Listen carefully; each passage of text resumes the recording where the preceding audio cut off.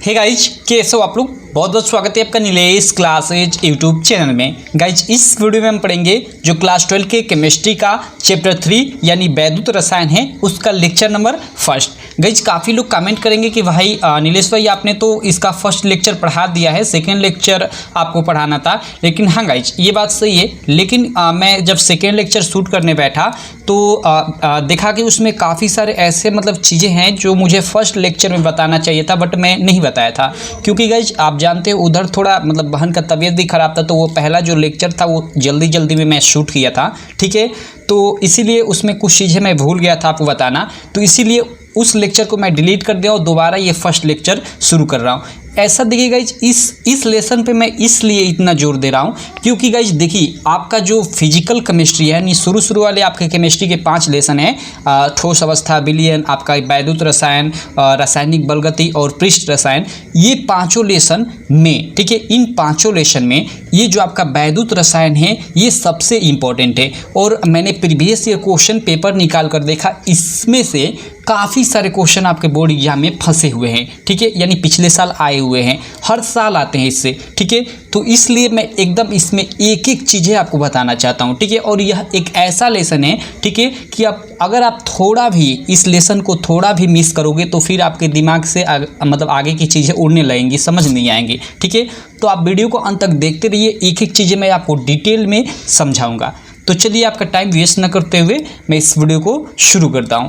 और गाइस मैं आपको बताना चाहूँगा, अगर आप नोट्स लेना चाहते हैं, ठीक है, इन सारी चीज़ों का और उसके अलावा आगे के भी जितने लेसन हैं, पीछे के भी, लाइक हम ठोस अवस्था, विलयन पढ़ लिया, उसका भी सारी चीज़ों का नोट्स, ठीक है, आपको केमिस्ट्री, फिजिक्स, मैथ, ठीक है, इन 3 सब्जेक्ट का नोट्स सभी स्टेट बोर्ड के, like UP board, Bihar board, MP board, सारे सब्जेक्ट के इन 3 सब्जेक्ट के नोट्स मेरे पास अवेलेबल हैं। और अगर आप यूपी बोर्ड से हैं तो आपको साथ में हिंदी इंग्लिश का भी नोट्स मिल जाएगा, ठीक है, फिजिक्स केमिस्ट्री मैथ के साथ हिंदी इंग्लिश का भी नोट्स मिल जाएगा, ठीक है। तो ये सारे नोट्स आपको मात्र 499 499 रुपये में मिल जाएंगे, क्लियर है। तो अगर आप लेना चाहते हैं, ठीक है, अगर आप लेना चाहते हैं तो आप इस नंबर पे कॉल कर सकते हैं कि कैसे लेना है, या आप हमारी एप्लीकेशन नीलेश क्लासेज, ठीक है, जिसे आप प्ले स्टोर पे सर्च कर डाउनलोड कर सकते हैं, या उसका लिंक इस वीडियो के डिस्क्रिप्शन में मिल जाएगा। वहाँ से जाकर हमारी एप्लीकेशन आप नीलेश क्लासेज डाउनलोड कर सकते हैं और वहाँ से आप सीधे ये सारे नोट्स बाई कर सकते हैं, खरीद सकते हैं, क्लियर है। अगर आपको मान लीजिए पेमेंट नहीं करने आता है या किसी और माध्यम से, लाइक जनसेवा केंद्र या सीधे बैंक जाकर कराना चाहते हैं, तो आप इस नंबर पे कॉल कर लीजिएगा, मेरा नंबर है, ठीक है। आपको मैं डिटेल दे दूंगा कि कहाँ आपको कैसे पेमेंट करना है, ठीक है। चलिए अब अपने टॉपिक पे आते हैं। देखिए, लेसन का नाम है वैद्युत रसायन, ठीक है। देखिए, जो वैद्युत रसायन है, ठीक है, 2 शब्दों से मिलकर बना हुआ है, ठीक है, वैद्युत प्लस रसायन, ठीक है। इसका मतलब क्या है, ठीक है, इस वैद्युत रसायन में क्या करते हैं हम कि वैद्युत ऊर्जा और रासायनिक ऊर्जा दोनों के बारे में हम एक साथ पढ़ते हैं, क्लियर है। वही होता है आपका वैद्युत रसायन। तो इसकी अगर हम डिफिनीशन देना चाहें कि वैद्युत रसायन क्या है, ठीक है, तो रसायन विज्ञान की वह शाखा जिसके अंतर्गत रासायनिक ऊर्जा को विद्युत ऊर्जा में, या विद्युत को हम वैद्युत भी कह सकते हैं, ठीक है, वैद्युत ऊर्जा में, तथा वैद्युत ऊर्जा को रासायनिक ऊर्जा में तथा उसमें होने वाले परिवर्तनों का अध्ययन किया जाता है, वही क्या होता है कि वही वैद्युत रसायन होता है, या वही वैद्युत रसायन कहलाता है, ठीक है। और ये सभी घटनाएं एक पात्र के अंतर्गत होती है, ठीक है, और उसी पात्र को हम सेल बोलते हैं।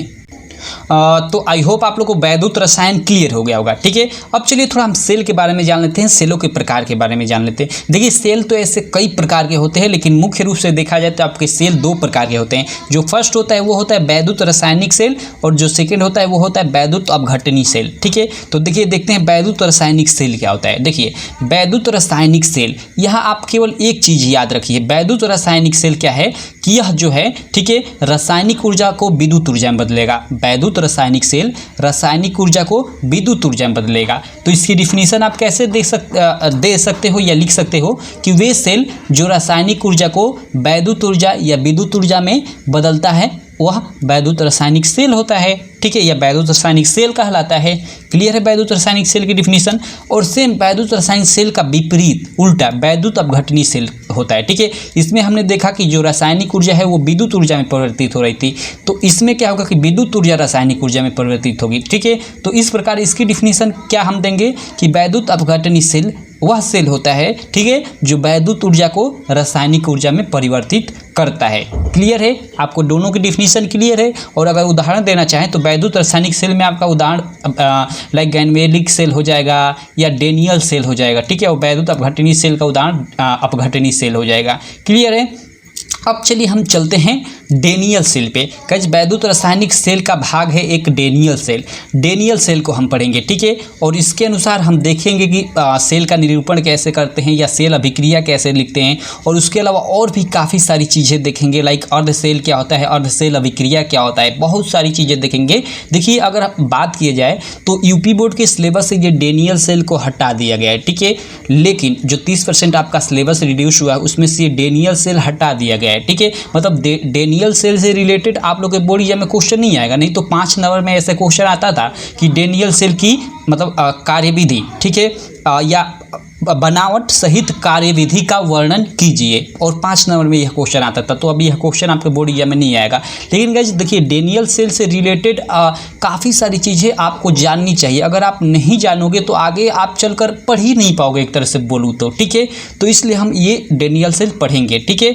चलिए आई होप अदर जो बोर्ड हैं उनमें ये डेनियल सेल होगा, ठीक है। 30% जो सिलेबस रिड्यूस हुआ है उसके अंतर्गत नहीं होता होगा या हट गया होगा तो कोई दिक्कत नहीं, ठीक है। आप नोट्स ले लीजिएगा, नोट्स में पूरा मैं डेनियल सेल के बारे में अच्छे से लिखा हुआ हूँ, ठीक है। तो फिर मैं आपको बताना चाहूँगा कि 12th क्लास के सारे सब्जेक्ट का नोट्स 499 499 रुपये में आपको 499 रुपये में मिल जाएगा, ठीक है। तो आप हमारी एप्लीकेशन नीलेश क्लासेस से बाई कर सकते हैं, या अगर आपको बाई करने में कोई दिक्कत है तो इस नंबर पे आप कॉल भी कर सकते हैं, ठीक है। चलिए अब हम पढ़ते हैं डेनियल सेल। देखिए डेनियल सेल क्या होता है। डेनियल सेल चूंकि वैद्युत रासायनिक सेल का भाग होता है, और वैद्युत रासायनिक सेल हमने पढ़ा कि रासायनिक ऊर्जा को विद्युत ऊर्जा में बदलेगा, यानी जो ये डेनियल सेल है यह रासायनिक ऊर्जा को विद्युत ऊर्जा में बदलेगा, ठीक है। यह कैसे होगा, चलिए सारी चीज़ें हम देखते हैं, ठीक है। देखिए सबसे पहले हम इसकी बनावट देख लेते हैं, डेनियल सेल की बनावट कैसी होती है, ठीक है। देखिए इसकी बनावट से पहले मैं कुछ चीज़ें आपको बताना चाहूँगा, ठीक है। मान लीजिए यह कोई धातु की छड़ है, ठीक है। यह मान लीजिए कोई धातु की छड़ है, ठीक है। देखिए मान लीजिए जिंक की ही, ये जिंक की, ठीक है, धातु की छड़ है। क्लियर है? अब इसको हमें इलेक्ट्रोड के रूप में यूज करना है, ठीक है। इसको इलेक्ट्रोड बनाना है, तो इलेक्ट्रोड बनाने के लिए क्या करते हैं, ठीक है, कि इसी मतलब जिस धातु की छड़ होती है उसी के विलयन में, ठीक है, जिंक के ही विलयन में, यानी जिंक का एक काफ़ी अच्छा विलयन है जिंक सल्फेट, उसी के विलयन में क्या करते हैं कि इसको डुबो देते हैं, तो यह इलेक्ट्रोड की भांति कार्य करने लगता है, ठीक है। आई होप आप लोग समझ गए होंगे, ठीक है। देखिए अगर आप जिंक की छड़ ले रहे हैं तो उसे जिंक के ही विलयन में, जिंक का कोई भी लाइक जिंक सल्फेट मैंने यहाँ विलयन लिया, कोई भी आप विलयन ले सकते हैं। ऐसा नहीं कि अगर आप जिंक की ये छड़ ले रहे हैं तो आप कापर सल्फेट की ये मतलब कापर सल्फेट का विलयन लेंगे, ऐसा नहीं होता है, ठीक है।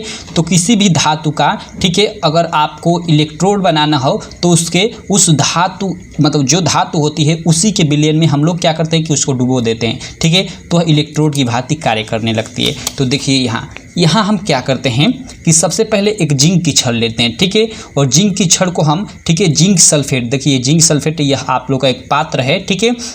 इसको इस धातु की ये जो छड़ है, जिंक धातु की जो छड़ है, इसको जिंक सल्फेट के विलयन में देखिए हमने ये डुबो रखा है, ठीक है। इसको डुबो देते हैं तो यह क्या बन जाता है, एक इलेक्ट्रोड की भांति कार्य करना, एक इलेक्ट्रोड बन जाता है, जिंक का ये इलेक्ट्रोड बन जाता है, ठीक है। सेम यहाँ देखिए यहाँ भी हमने एक पात्र लिया है और इसमें हमने कापर सल्फेट का विलयन, ठीक है, कापर सल्फेट का विलयन भरा हुआ है। कापर सल्फेट का विलयन क्यों भरा हुआ है, क्योंकि आप लोग का यह मतलब ये छड़ है ना, यह कापर का है, ठीक है। तो कापर का छड़ है, इसको हमें इलेक्ट्रोड के रूप में यूज करना है, इलेक्ट्रोड बनाना है, तो इसको हम कापर सल्फेट के विलयन में डुबो देंगे तो इलेक्ट्रोड की भांति यह कार्य करने लगेगा, ठीक है। अब देखिए ये तो आपको यहाँ तक चीज़ें हो गई। अब हम क्या करते हैं कि इन दोनों इलेक्ट्रोडों का संबंध, ठीक है, इन दोनों इलेक्ट्रोडों का संबंध हम एक धातु के तार के माध्यम से, ठीक है, कर देते हैं, और इनके बीच में एक गैल्वेनोमीटर लगा देते हैं जो विभव को मापता है, ठीक है। विभव के मापन के लिए गैल्वेनोमीटर बीच में लगा देते हैं, ठीक है। क्लियर है आपको? यहाँ तक आई होप आप लोग समझ गए होंगे सारी चीज़, ठीक है। और देखिए, ठीक है, इन दोनों पात्रों को, ठीक है, दोनों पात्रों के बीच एक संबंध स्थापित करने के लिए, ठीक है, एक लवण सेतु लगा देते हैं, ठीक है। संबंध स्थापित के अलावा और भी काफ़ी सारी चीज़ें इस लवण सेतु का मतलब काम होता है, आपको चलिए सारी चीज़ें पता चल जाएंगी, ठीक है। अभी यह इतना जानिए कि इन दोनों पात्रों के बीच, ठीक है, एक लवण सेतु के बीच मतलब लवण सेतु से इन दोनों पात्रों को जोड़ दिया जाता है। जो लवण सेतु होती है एक यू प्रकार की नली होती है, ठीक है, जिसके अंदर KCl पोटेशियम क्लोराइड और अगर पेस्ट या अगर जेल, पेस्ट को हम जेल भी बोल सकते हैं, भरा होता है। देखिए मैंने यहाँ अगर यहाँ लिखना चाहिए इसके अंदर, लेकिन इधर लिखा हूँ क्योंकि इधर तो यहाँ लिखा नहीं पाएगा, ठीक है। आप समझिए कि इसके इस मतलब ये जो नली है इसके अंदर KCl और अगर पेस्ट है, वही अगर पेस्ट यानी वही जेल, ठीक है, एक प्रकार का ये पदार्थ होता है। क्लियर है आपको। इस जो ये यू प्रकार की नली है इसी को हम क्या बोलते हैं, लवण सेतु बोलते हैं, ठीक है। आई होप आप लोग समझ गए होंगे। अब देखिए यहाँ जो आप लोग का यह जिंक धातु है, ठीक है, यह जिंक धातु है, यह क्या करती है, ठीक है। चूँकि आप जानते हो कुछ सक्रियता श्रेणी आप पढ़े होंगे क्लास 10वीं में या क्लास 11वीं में भी, ठीक है, कि जिंक की जो सक्रियता होती है या अभिक्रियाशीलता होती है कॉपर की अपेक्षा अधिक होती है, ठीक है। जो जिंक है इसकी जो सक्रियता या अभिक्रियाशीलता इस कॉपर की अपेक्षा अधिक होती है, ठीक है। जिंक की तुलना में ये जो कॉपर है ना, इसकी जो अभिक्रियाशीलता होती है कम होती है, यानी इसकी अभिक्रियाशीलता अधिक होती है।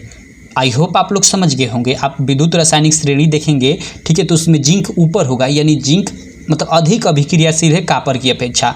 तो जिंक मतलब जो जिंक होगा ये जल्द अभिक्रिया करेगा कॉपर की अपेक्षा। क्लियर है आपको। तो देखिए क्या होता है, यह चूँकि जिंक की छड़ थी, अब हम इसको छड़ नहीं बोलेंगे, जिंक का इलेक्ट्रोड बोलेंगे, ठीक है।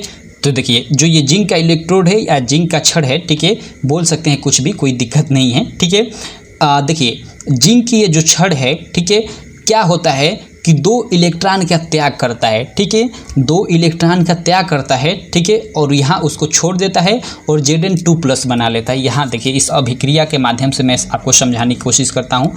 जो यह जिंक की ये छड़ है या जिंक का इलेक्ट्रोड है, ठीक है, यह जिंक का जो इलेक्ट्रोड है या छड़ है, ठीक है, यह क्या करता है, ठीक है, कि 2 इलेक्ट्रॉन का त्याग करता है, 2 इलेक्ट्रॉन का त्याग कर Zn2+ बना लेता है, ठीक है। और ये जो Zn2+ होता है यह चूँकि इस छड़ पे नहीं रह सकता, यह कहाँ आ जाता है, यह इस विलयन में आ जाता है, ठीक है। तो इसको मैं प्रदर्शित यहाँ पे कर देता हूँ, ठीक है। यह क्या होता है कि इस विलयन में आ जाता है, ठीक है, और यह क्रिया लगातार चलती रहती है, ठीक है, यह क्रिया लगातार चलती रहती है। Zn2+ 2+ या Zn+2 बना लेता है। चलिए 2+, देखिए इसको आप इस तरह मतलब Zn2+ बाद में लिखिए या +2 लिखिए, कोई उससे मतलब नहीं है, ठीक है, दोनों का मतलब एक ही है। तो Zn2+ इस तरह लिखिए या Zn+2 इस तरह लिखिए, कोई दिक्कत नहीं, ठीक है। तो Zn2+ या +2 बना लेता है। क्लियर है, 2+ ही लिख देता हूँ, ठीक है, चलिए कोई दिक्कत नहीं। आई होप आप लोग मेरी बातों को समझ रहे होंगे। ये जो जिंक धातु है, ठीक है, 2 इलेक्ट्रॉन त्याग कर Zn2+ बना लेती है और वो जो Zn2+ होता है आकर इस विलयन में मतलब आने लगता है। क्लियर है, यह क्रिया लगातार मतलब चलती रहती है। तो यहाँ चूँकि इलेक्ट्रॉनों की संख्या काफ़ी अधिकता होने लगती है, इसी कारण इस जो ये आपका ये पोल होता है, यानी ये धातु की जो छड़ होती है, यानी ये इलेक्ट्रोड होता है, इसको हम ऋण इलेक्ट्रोड बोलते हैं, यह ऋणात्मक हो जाता है, ठीक है। और देखिए इसको एनोड कहते हैं। एनोड क्यों कहते हैं, क्योंकि देखिए यहाँ आपका ऑक्सीडेशन हो रहा है। ऑक्सीडेशन कहने का मतलब कि ऑक्सीकरण हो रहा है। ये जिंक की जो छड़ है इसका ऑक्सीकरण हो रहा है। ऑक्सीकरण क्यों हो रहा है, तो देखिए ऑक्सीकरण की डिफिनीसन ही है, ठीक है। ऑक्सीकरण की डिफिनीसन क्या है कि अगर, ठीक है, अगर धन आयनों की संख्या, ठीक है, Zn2+, देखिए यहाँ जैसे Zn2+ है, इसकी संख्या में वृद्धि हो रही है, ठीक है। यहाँ केवल Zn था, ठीक है, यहाँ क्या था, केवल Zn था और यहाँ Zn2+, यानी एक आयन में क्या हुआ, वृद्धि हुआ। तो वृद्धि हुआ तो वहाँ ऑक्सीकरण होता है। ये ऑक्सीकरण की यही डिफिनीसन है, ठीक है। देखिए ऑक्सीकरण की डिफिनीसन आप 5 तरीकों से दे सकते हो, ठीक है, और जहाँ जो अप्लाइड होता है उसके अनुसार दे देते हैं। तो यहाँ ये अप्लाइड होगा, ठीक है, कि क्या हो रहा है कि आयन की संख्या में वृद्धि हो रहा है, ठीक है। तो देखिए अगर आयन की संख्या में वृद्धि होता है तो वहाँ ऑक्सीकरण होता है, और जहाँ ऑक्सीकरण होता है उसको हम क्या बोलते हैं, एनोड बोलते हैं। एनोड की यही डिफिनीसन है कि जिसका ऑक्सीकरण होता है, जिस धातु छड़ का ऑक्सीकरण होता है उसको हम एनोड कहते हैं, ठीक है। तो इसीलिए ये एनोड है। क्लियर है, ये क्या है, एनोड है, जिसपे मतलब ये ऋणात्मक है, माइनस चार्ज है। क्लियर है आपको। अब देखिए चूँकि यहाँ इलेक्ट्रॉनों की अधिकता होने लगी तो इलेक्ट्रॉन यहाँ रुकेगा नहीं, चूँकि आप जानते हैं कि इलेक्ट्रॉन इधर उधर गमन करता है। तो इलेक्ट्रॉन क्या करेगा कि यहाँ से निकल कर, ठीक है, इस धातु की छड़ से होते हुए यहाँ आपका आ जाएगा इस कॉपर की छड़ पे, ठीक है। इस कॉपर की छड़ पे आकर मतलब यहाँ पे विड्रॉ आने लगेगा, इकट्ठा होने लगेगा। क्लियर है। अब देखिए क्या होगा कि चूंकि हम लोग का ये कॉपर सल्फेट का विलयन है, ठीक है। तो देखिए विलयन कहने का मतलब, जैसे देखिए विलयन का मतलब क्या है मैं आपको समझाता हूँ। देखिए जैसे NaCl आपका है, मतलब जो ये सॉलिड रूप में है, ठीक है। जो घर आप यूज करते हैं नमक, वो सॉलिड रूप में एक तरह से होता है, ठीक है। तो NaCl होता है, ठीक है। ये मतलब अलग नहीं होता है, एक ही में मतलब जकड़ा होता है, ठीक है। और अगर इसी को हम पानी में मिला देते हैं तो क्या होता है कि जब इसका मतलब वही इसका विलयन बना देते हैं तो ये Na+ और Cl- इस तरह आयनों में टूट जाता है। यानी जो आप लोग का यह CuSO4 है, इसमें Cu2+ और SO4- के रूप में है, ठीक है। यहाँ चलिए मैं आपको दर्शा देता हूँ। यहाँ जो ये कॉपर है आपका Cu2+ के रूप में है। क्लियर है आपका। अब देखिए चूंकि हम SO4 और जो SO4 है वो SO4 इस तरफ माइनस इस तरफ में, तो इससे हमें कोई मतलब नहीं है, ठीक है। अब देखिए क्या होगा कि इधर से जो 2 इलेक्ट्रॉन आ रहे हैं, ठीक है, क्या होगा कि ये जो Cu2+ है, ठीक है, यहाँ से जाकर और उधर से जो 2 आ रहे हैं उनको ग्रहण कर कर कॉपर धातु बना लेगा। और चूंकि कॉपर धातु बना लेगा तो वह विलयन में नहीं आएगा, यहीं पे इकट्ठा होने लगेगा और यह जो छड़ है मोटी होने लगेगी। क्लियर है। और एक तरह से बोलेंगे तो ये कॉपर धातु बनाने लगेगा, यानी यहाँ अब धनायनों की संख्या एक तरह से अधिक होने लगेगी, इसीलिए इसको हम धन पोल बोलते हैं, ठीक है। धन पोल ऋण पोल इनको बोलने का एक और तरीका है, अभी उसको मैं आपको समझाता हूँ, ठीक है। तो यहाँ तक आप चीज़ें समझ गए। अब देखिए चूंकि हम देखें कि इलेक्ट्रॉन का प्रवाह इधर से इधर हो रहा है, ठीक है। इलेक्ट्रॉन यहाँ से निकलकर इधर आ रहे हैं, तो हम जानते हैं कि इलेक्ट्रॉन के प्रवाह की दर को, ठीक है। इलेक्ट्रॉन यानी क्या, आवेश बह रहा है। इलेक्ट्रॉन बहने का मतलब कि क्या, आवेश बह रहा है। और चूंकि आवेश बह रहा है, बहने का मतलब प्रवाहित होना, ठीक है। तो आवेश इधर से इधर प्रवाहित हो रहा है, तो आवेश की प्रवाह को विद्युत धारा बोलते हैं, ठीक है। तो हम लोग की क्या हो रहा है कि आवेश प्रवाहित हो रहा है इधर से इधर, एक तरह से बोल सकते हैं, ठीक है। यानी इलेक्ट्रॉन इस तरफ प्रवाहित हो रहा है। और चूंकि हम जानते हैं कि इलेक्ट्रॉन के प्रवाह की विपरीत दिशा में वैद्युत धारा की दिशा होती है। हमने ये पढ़ा है कि जिधर इलेक्ट्रॉन प्रवाहित होता है उसके विपरीत दिशा में वैद्युत धारा की दिशा होती है। यानी हम लोग का इलेक्ट्रॉन इधर से इधर जा रहा है तो वैद्युत धारा की दिशा इधर से इधर होगी, ये I की दिशा होगी, इधर से इधर। क्लियर है आपको। कैथोड की तरफ से एनोड की तरफ विद्युत धारा की दिशा होगी, वैद्युत धारा की दिशा होगी, ठीक है। तो यहाँ देखिए हम जानते हैं कि वैद्युत धारा की दिशा हमेशा धन आवेश से ऋण आवेश की ओर होती है। तो यहाँ इसका मतलब कि इधर धन आवेश है, क्योंकि इधर से इधर हो रहा है तो इधर धन आवेश है और इधर ऋण आवेश है। मतलब इस तरह से भी हम धन आवेश और ऋण आवेश को डिफाइंड कर सकते हैं कि मतलब ऋण है यहाँ धन है, मतलब एनोड पे ऋण है और कैथोड पे धन है। क्लियर है आपको। अब देखिए थोड़ी चीज़ें यहाँ पे जो अभिक्रिया हुई उसे मैं लिख देता हूँ, ठीक है। यहाँ जो हम लोग की अभिक्रिया हुई उसको मैं लिखता हूँ। देखिए यहाँ क्या हुआ, ठीक है, यहाँ आप ध्यान दीजिए, ठीक है। इधर क्या हुआ, अब देखिए थोड़ी चीज़ मैं बताना चाहूँगा। ये तो हम लोग का एक पूर्ण शेल है, ठीक है। यहाँ हम लोग का ये एक पूर्ण शेल है, ठीक है। तो इस वाले जो ये आधा हिस्सा है इसको हम अर्ध सेल बोलेंगे, और ये जो आधा सेल है इसको हम अर्ध सेल बोलेंगे। ये जब दोनों अर्ध सेल आपस में मिलेंगे तब एक पूर्ण सेल का निर्माण करेंगे, ठीक है। तो इधर जो अभिक्रिया होती है, ठीक है, इस आधे वाले सेल में उसको हम अर्ध सेल अभिक्रिया कहते हैं, ठीक है। और इधर जो अभिक्रिया होती है, ठीक है, इस आधे वाले सेल में उसको भी हम अर्ध सेल अभिक्रिया बोलते हैं। अब और जब दोनों को हम जोड़ते हैं, दोनों अर्ध सेल अभिक्रियाओं को, तो हमें पूरी सेल की अभिक्रिया निकल कर आ जाती है। चलिए आगे चलकर हम जोड़ेंगे दोनों को, ठीक है। आप यहाँ इतना समझिए कि जो यहाँ ये जिंक की छड़ है उस पर क्या हो रहा है कि ऑक्सीकरण हो रहा है, ठीक है। और ऑक्सीकरण को मतलब इंग्लिश में हम क्या बोलते हैं, ऑक्सीडेशन बोलते हैं, ठीक है। और इसको हम सामान्य में मतलब शार्ट रूप में OX प्रदर्शित करते हैं ऑक्सीडेशन को। और इधर आपका कॉपर की छड़ पे आपको लोग का रिडक्शन हो रहा है, ठीक है। रिडक्शन यानी अपचयन हो रहा है, ठीक है। और अपचयन को, ठीक है, हम RE से 60 में प्रदर्शित कर देते हैं, ठीक है। आगे चलकर ये सारी चीज़ें काम आएंगी। क्लियर है आपको। अब देखिए यहाँ थोड़ा आप ध्यान दीजिए, यहाँ आपको एक ध्यान देने वाली बात है, ठीक है, कि ऑक्सीकरण को हम उपचयन भी बोलते हैं, ठीक है। आप हिंदी पे उतना मत जाइएगा, मैं बता दे रहा हूँ, आप ये इतना जानिएगा इधर जिंक पे आपको ऑक्सीडेशन हो रहा है, ठीक है। और इधर आपका जो कॉपर की छड़ है उस पर रिडक्शन हो रहा है। रिडक्शन का मतलब अपचयन, ऑक्सीडेशन का मतलब ऑक्सीकरण या उपचयन होता है, ठीक है। अब देखिए यह हमने लवण सेतु लगाया है। लवण सेतु का क्या कार्य है, ठीक है। लवण सेतु देखिए, चूंकि यहाँ देखिए यह क्रिया हम लोग की क्या होगी कि लगातार चलती रहेगी कि लाइक जो ये धातु की छड़ है या ये जो इलेक्ट्रोड है जिंक का, यह दो इलेक्ट्रॉन त्यागता रहेगा और Zn2+ बनाकर इस विलयन में Zn2+ आता रहेगा, ठीक है।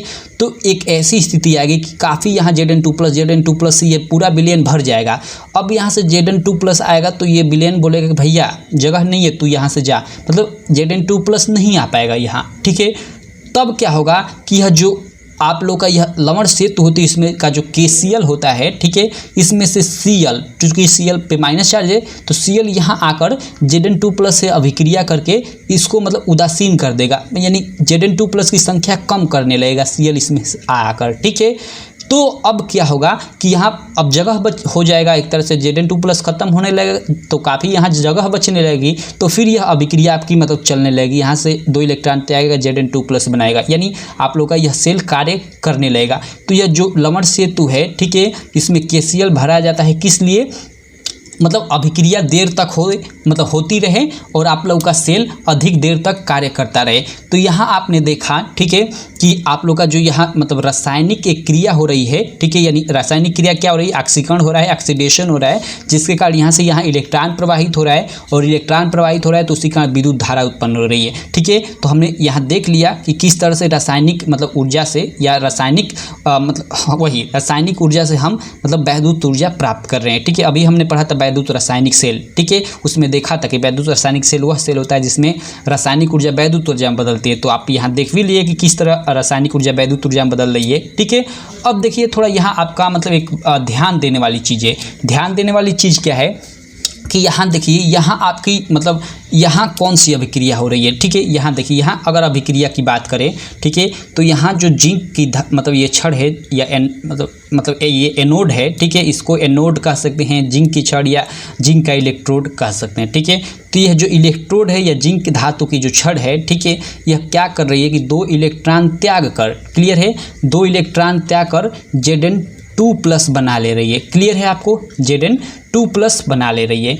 अब देखिए ये तो हम लोग का, ठीक है, इधर कार्य हुआ, किस पे, ये एनोड पे ये चीज़ है, ये अभिक्रिया हो रही है, ठीक है।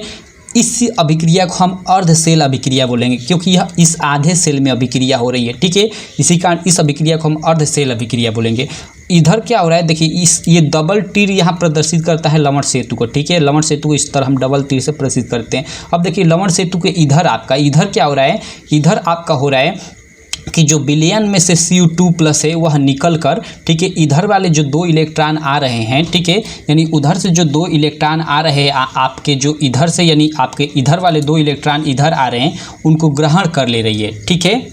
देखिए आप ध्यान दीजिए, ठीक है, एक बार मैं और बताना चाहूँगा, ठीक है। देखिए यहाँ पे क्या होता है, आपका जो एनोड है इस पे क्या होता है, ठीक है, यानी एनोड यानी यही मतलब जिंक धातु की छड़ पे क्या होता है कि यह जिंक धातु की छड़ 2 इलेक्ट्रॉन त्यागती है, ठीक है, 2 इलेक्ट्रॉन त्याग कर Zn2+ बनाती है और वह Zn2+ विलयन में आकर मिल जाता है। तो उसकी अभिक्रिया को हम इस तरह लिखेंगे कि Zn है, ठीक है, यह क्या करती है कि 2 इलेक्ट्रॉन त्याग कर Zn2+ बना लेते हैं, इस तरह प्रदर्शित करेंगे, ठीक है। और इधर हम इसको कैसे प्रदर्शित करेंगे, इसको इस प्रकार प्रदर्शित करेंगे, जैसे Cu2+ है ना, इधर से जो मतलब 2 इलेक्ट्रॉन इधर आ रहे हैं, ठीक है, उनको ग्रहण कर 2 इलेक्ट्रॉन को जो इधर से इधर आ रहे हैं, ठीक है, धातु तार के माध्यम से उनको ग्रहण करके क्या कर रहा है कि कॉपर धातु बना ले रहा है, और यह कॉपर धातु इस पे मतलब जम रहा है यहाँ पे, ठीक है। तो ये इधर वाले ये जो अर्ध सेल है इसके लिए यह अर्ध सेल अभिक्रिया हो गई, और ये जो अर्ध सेल है इसके लिए ये अर्ध सेल अभिक्रिया हो गई, ठीक है। और जब इन दोनों को हम जोड़ देते हैं तो हमको एक पूर्ण सेल मतलब पूरी सेल अभिक्रिया, पूरे इस सेल के लिए अभिक्रिया निकल आती है, जिसको हम सेल अभिक्रिया बोलते हैं, ठीक है। चलिए अभी इन दोनों को हम जोड़ते हैं, लेकिन उससे पहले हम थोड़ा मतलब देख लेते हैं कि हम सेल का निरूपण कैसे करेंगे। मतलब यह जो सेल है, यह आप लोग का यह जो सेल है, पूरा यह सेल है, इसको एक छोटे से एक समीकरण के रूप में, छोटे से समीकरण के रूप में कैसे हम प्रदर्शित करेंगे, ठीक है। तो चलिए यहाँ मैं लिखता हूँ सेल निरूपण, ठीक है, यहाँ मैं लिख लेता हूँ सेल निरूपण, क्लियर है आपको। अब देखिए सेल निरूपण कैसे करते हैं। देखिए सेल निरूपण करने के लिए सबसे पहले आप एक चीज़ जानिए, ठीक है। देखिए सबसे पहले चलिए मतलब सबसे पहले देखिए आपको लाइक जितने भी चीज़ है, लाइक जो सॉलिड रूप में है, ठीक है, जैसे आप कॉपर लिखे तो कॉपर सॉलिड रूप में है तो उसका आगे आपको इस तरह दर्शाना पड़ता है कि यह सॉलिड है, ठीक है। तो देखिए सबसे पहले क्या करते हैं कि लवण सेतु ये जो है, इसके लवण सेतु यानी इधर वाली चीज़ लिखते हैं और फिर उधर वाली चीज़ लिखते हैं। तो देखिए मैं आपको बता रहा हूँ, देखिए हमने अभी देखा, ठीक है, हमने अभी देखा कि जो जिंक धातु थी, ठीक है, जो जिंक धातु थी वह क्या कर रही थी कि 2 इलेक्ट्रॉनों को त्याग कर Zn2+ बना ले रही थी, Zn2+। तो इनके बीच इस तरह एक डंडी खींच देंगे, ठीक है। यह हम लोग की किस पे क्रिया हो रही थी, एनोड पे क्रिया हो रही थी, यानी इधर वाले इस पे यह क्रिया हो रही थी, एनोड पे। क्लियर है आपको, यहाँ ये क्रिया हो रही थी।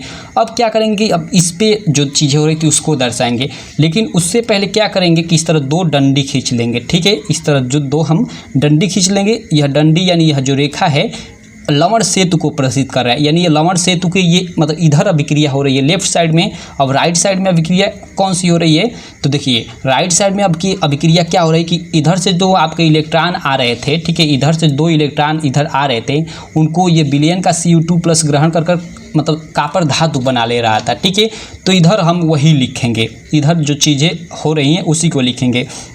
तो इसमें लिखते समय चूंकि यहाँ हमने Zn पहले लिखा, धातु को पहले लिखा, ठीक है, लेकिन यहाँ हम सबसे पहले आयन को लिखेंगे। ठीक है, तो Cu2+ जो है, ठीक है, इधर से मतलब आपके एनोड से इधर जो इलेक्ट्रॉन इधर से मतलब इधर आ रहे हैं दो, ठीक है, यानी दो इलेक्ट्रॉन आ रहे हैं, उनको ग्रहण कर यह क्या बना ले रहा है, Cu बना ले रहा है। ठीक है, तो इस तरह आप लोग को ये सेल निरूपण होता है। लेकिन देखिए अभी हमने ये सामान्य मतलब एकदम आराम से आपको सामान्य चीज़ बताया, अभी इसको मेन रूप से कैसे डिनोट करते हैं, तो देखिए सारी चीज़ें हम डिनोट कर देते हैं। देखिए जैसे जिंक है, ठीक है, यह सॉलिड रूप में है तो यहाँ हम सॉलिड लिख लेते हैं, क्योंकि हमने जिंक छड़ देखा था तो छड़ सॉलिड रूप में ही तो होता है। उसके बाद देखिए हमने एक डंडी खींचे और यह Zn2+ बना ले रहा था। Zn2+ बनाने का मतलब कि आयन बना रहे हैं, आयन का मतलब यह बिलियन में जाएगा, इसलिए यह क्या है, AQ है, AQ यानी बिलियन। क्लियर है। अब ये आपका दो तीर कहने का मतलब कि ये हो गया आपका लवण सेतु। अब लवण सेतु के इधर वाली अभिक्रिया, तो इधर अभिक्रिया क्या हो रही थी, बिलियन से Cu2+ आपका आ रहा था, ठीक है, और इधर से आप लोग का जो एनोड से यानी इधर से आप लोग का जिंक की छड़ की तरफ से जो दो इलेक्ट्रॉन इधर गया, उनको ग्रहण कर ठीक है, उसको ये ग्रहण कर क्या क्या कि कापर धातु बना लिया, तो एक तीर खींचकर इस तरह कापर। क्लियर है। अब देखिए यहाँ चूंकि देखिए यहाँ मैं गड़बड़ कर दी, यहाँ कोष्ठ में लिखना चाहिए, जैसे यहाँ मैं लिखा इस तरह से यहाँ कोष्ठ में लिखना चाहिए AQ, और ये कापर के आगे आपको सॉलिड लिखना चाहिए। क्लियर है। चलिए एक बार मैं इसको एकदम फ्रेश से लिख देता हूँ। ठीक है, जिंक है यह सॉलिड रूप में है, ठीक है, दो इलेक्ट्रॉन त्याग कर यह Zn2+ आपका बना ले रहा है जो AQ के रूप में है। क्लियर है, और ये Q है, ठीक है, ये लवण सेतु हो गई। उसके बाद हम लोग का Cu2+ जो बिलियन है, बिलियन का Cu2+ है, इधर से जो दो इलेक्ट्रॉन जाते हैं उनको ग्रहण कर अब देखिए यहाँ AQ लिखना चाहिए, फिर भूल रहा हूँ, AQ, और यहाँ Cu बना लेता है। ठीक है, और यह सॉलिड रूप में होता है, तो यह सेल निरूपण होता है। क्लियर है। देखिए इस सेल निरूपण को एक और तरीके से हम निरूपित कर सकते हैं, कैसे, चलिए उसको मैं अब बताता हूँ। देखिए एक और तरीके से हम सेल का निरूपण कर सकते हैं। देखिए यहाँ मैं लिख देता हूँ सेल निरूपण। देखिए इधर हम लोग का जिंक धातु है, ठीक है, तो यहाँ जिंक धातु लिख देंगे, उसके बाद एक इस तरह डंडी खींच देंगे, एक रेखा खींच देंगे, और इधर जो बिलियन यूज हुआ है, ठीक है, ZnSO4 यूज हुआ है, तो उसको लिख देंगे हम लोग का ZnSO4 यूज हुआ है। क्लियर है। अब देखिए दो फिर ये लंबी डंडी खींच देंगे, इससे लंबा थोड़ा रहना चाहिए, ठीक है, यह बराबर भी रहे तो उससे कोई दिक्कत नहीं, मतलब दो खींचने का मतलब यह लवण सेतु को प्रदर्शित करता है। तो लवण सेतु की ये इधर अभिक्रिया हो गई लेफ्ट साइड में। अब राइट साइड वाली अभिक्रिया हम लोग का क्या हो रहा था कि जैसे हम लोग का कापर सल्फेट का बिलियन था, चूँकि हम जैसे बिलियन के अनुसार लिख रहे हैं, आयन के रूप में नहीं लिख रहे हैं, तो बिलियन इधर हम लोग का कापर सल्फेट था, तो इसको हम CuSO4 लेंगे, ठीक है, उसके बाद एक डंडी और ये आप लोग का कापर बन जा रहा था। क्लियर है। तो इस तरह आप दर्शाएंगे। देखिए यहाँ पे आप लाइक इधर जो दर्शा रहे हैं, पहले जिंक लिख रहे हैं, उसके बाद इसका बिलियन लिख रहे हैं, तो इधर क्या करेंगे कि काफ़ी सारे लड़के फिर मतलब पहले मतलब कापर धातु लिखेंगे, उसके बाद उसका बिलियन लिखेंगे, लेकिन ऐसा नहीं होता है। सबसे इधर क्या होता है आप लोग का इधर, ठीक है, इधर सबसे पहले आप लोग का वो बिलियन लिखा जाता है या आयन लिखा जाता है, उसके बाद धातु लिखी जाती है। ठीक है, तो ये तो सामान्य रूप में हो गई, इसको आप एकदम अच्छे से दर्शाएंगे तो इस तरह लिखेंगे। ठीक है, जिंक, और यह सॉलिड रूप में है तो सॉलिड लिख लेंगे, उसके बाद एक डंडी, और उसके बाद ZnSO4, और वह ये चूँकि बिलियन है तो कोष्ठ में आप AQ लिख देंगे। क्लियर है। उसके बाद ये दो डंडी यानी लवण सेतु, उसके बाद आप लोग कापर सल्फेट का बिलियन, ठीक है, यानी इधर वाला जो बिलियन है वो, उसके बाद इसको AQ के रूप में है तो AQ यानी वही बिलियन। ठीक है, उसके बाद एक डंडी और ये कापर, और कापर सॉलिड है तो सॉलिड। ये आप लोग का एकदम बेस्ट तरीके से सेल निरूपण हो गया। ठीक है, ये एकदम परफेक्ट है। क्लियर है आपको। और अभी जो पीछे मैं बताया उसके अनुसार भी बताता हूँ। जैसे जिंक है, ठीक है, यह सॉलिड रूप में है और यह किस में बदल रहा है, Zn2+ में बदल रहा है। और 2+ चूँकि यह बिलियन में जाकर मिल जाता है, इसलिए इसमें हम AQ लिखेंगे, ठीक है। इसको बंद हो गया, ये हम लोग का लवण सेतु हो गई, ठीक है। उसके बाद देखिए इधर आप लोग का क्या है, Cu2+ है, ठीक है। सबसे पहले हम आयन को या बिलियन को लिखते हैं, ठीक है, न कि सबसे पहले इधर धातु को लिखते हैं, ठीक है। तो हम लोग चूँकि आयन के रूप में लिख रहे हैं तो इधर भी आयन पहले मतलब आयन लिखेंगे, न कि इधर मतलब बिलियन लिखेंगे। तो Cu आप लोग का 2+ हो गया, ठीक है। यह चूँकि AQ है, ठीक है, और यह किस में बदल जा रहा है, एक दंडी खींच देंगे, यह आपका बदल जा रहा है कापर में। तो इस तरह से इन दोनों तरीक़ों से आप सेल का निरूपण कर सकते हैं, ठीक है, दोनों सही है। आई होप आप लोग मेरी बातों को समझ रहे होंगे। हो सकता है आपकी बुक में ये लिखा हो या ये लिखा हो, ठीक है, लेकिन दोनों चीज़ें दोनों सही हैं। आई होप आप लोग को यहाँ तक सारी चीज़ें क्लियर हो गई होंगी, ठीक है। अब चलिए हम सेल के निरूपण के बाद हम सेल अभिक्रिया देख लेते हैं कि सेल अभिक्रिया कैसे निकालते हैं, ठीक है। इसको मैं इस तरह ले लेता हूँ, ठीक है। यहाँ मैं लिखता हूँ सेल अभिक्रिया, ठीक है। अब देखिए सेल अभिक्रिया में कैसे लिखेंगे, तो देखिए हम लोग की दोनों तरफ जो सेल मतलब अर्ध सेल अभिक्रियाएं हो रही हैं, इधर जो हम लोग की अर्ध सेल अभिक्रिया हो रही है, ठीक है, और इधर जो अर्ध सेल अभिक्रिया हो रही है, दोनों को हम जोड़ देंगे। तो इधर क्या हो रहा है कि जैसे जिंक धातु है वो 2 इलेक्ट्रॉन त्याग कर Zn2+ बना ले रही है, ठीक है। तो चलिए इसको मैं लिख लेता हूँ, कैसे लिखेंगे, तो देखिए यहाँ हमने देखा, देखिए जो आप लोग की जिंक धातु है और यह सॉलिड रूप में है तो यहाँ कोष्ठ में आप सॉलिड दर्शा देंगे, ठीक है।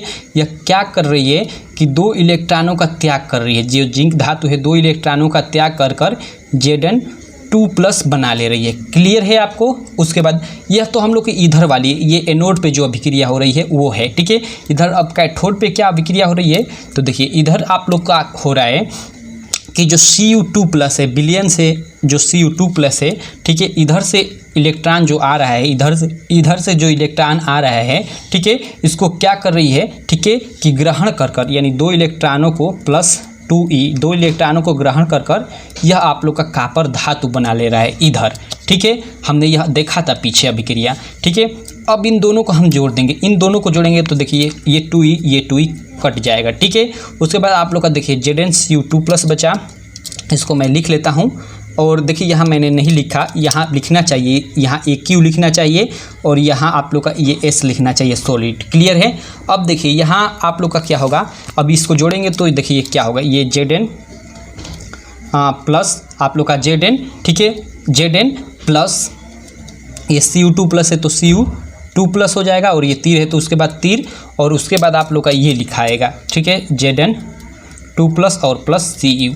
ये आप लोग की ये सेल अभिक्रिया हो गई पूरे मतलब पूर्ण सेल के लिए। क्लियर है आपको। ये आप लोग की अर्ध सेल अभिक्रिया हो रही थी किस पे, एनोड पे, ये आपकी अर्ध सेल अभिक्रिया हो रही थी कैथोड पे, और जब इन दोनों को हम जोड़ेंगे तो पूर्ण सेल अभिक्रिया निकल कर आ जाएगी ये, ठीक है।